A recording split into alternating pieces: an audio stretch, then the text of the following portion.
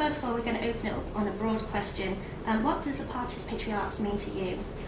Well, I know what it means to me now because you've defined it for Yes, me. that was very helpful. The participatory arts, as a subset, if I can call it that, is very important, which is about getting people to see events for free, and I think it can promote imaginative ideas, outside exhibitions or concerts and theatre events that bring people into the arts. So I think it's important. We've kept, for example, in terms of the difficult economic decisions we've had to make, we kept a focus on free national museums because we recognise that you want to remove where you can barriers to people participating in arts. We know Creative Partnerships has come to an end, which is very sad.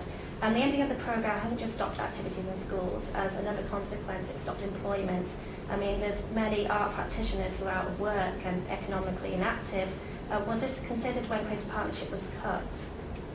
Well, it was a very difficult decision. It wasn't strictly the government's decision. It's a programme funded by the Arts Council. But obviously we were the ones who reduced the budget for the Arts Council, so we were aware of what the consequences might be when we reduced the budget. And I'm afraid in very tough economic times we felt the Arts Council had to focus on its core activity, which was funding arts organisations, many of whom do employ people and also get people into schools.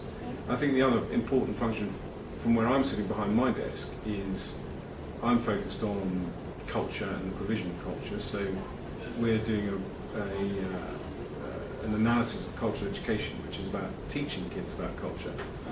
Creative Partnerships was more about using culture as a tool to enhance learning, and for me that's very much something that the Department of Education needs to look at to see whether that's a programme they want to support and take forward. Do you think there could be any future programmes that you might put in place? Or? Well, the Arts Council has already said that it's going to fund certain key organisations to deliver programmes similar to what Creative Partnerships was delivering. I mean, we felt it was a lot of money, wasn't necessarily having the impact that it could be doing for the amount of resources going into it. Could it have the same impact with fewer resources? So that's something to consider. So the Arts Council still has a fund, as it were, to support cultural organisations working with schools, and that's important. And the participatory arts is how the Arts Council of England often justifies its funding to the public as well. But yet it only received 7.5 of the funding when it came to the MPOs. How can we resolve this?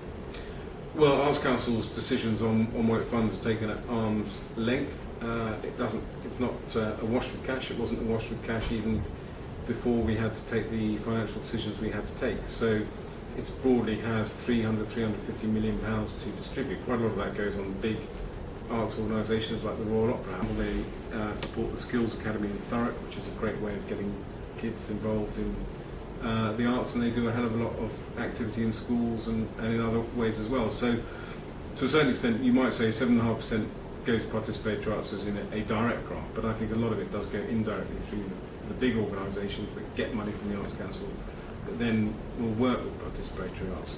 I think we do need to raise the profile of participatory arts. I hope that I'd love to see a website where people could register what they're doing, so you could look in any part of the country and find out actually what activity is going.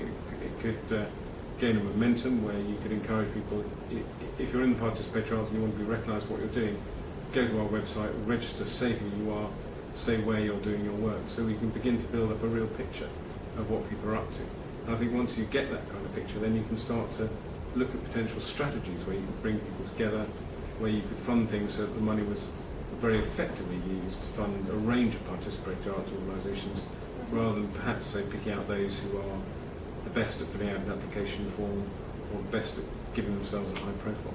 Yeah, and how can we raise a profile to promote the benefits of participatory arts in society? Well, I think you make a fair point. I mean, it's often an issue that you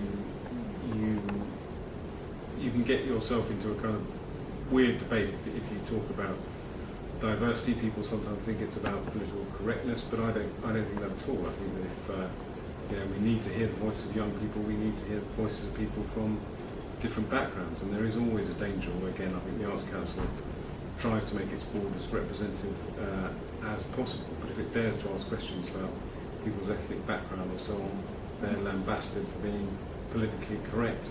But I think it is important. There's a whole art scene out there that is talking to young people and talking to people from different ethnic communities that isn't represented at the national level, and I think we need to look at ways that we can make sure that those voices are properly heard.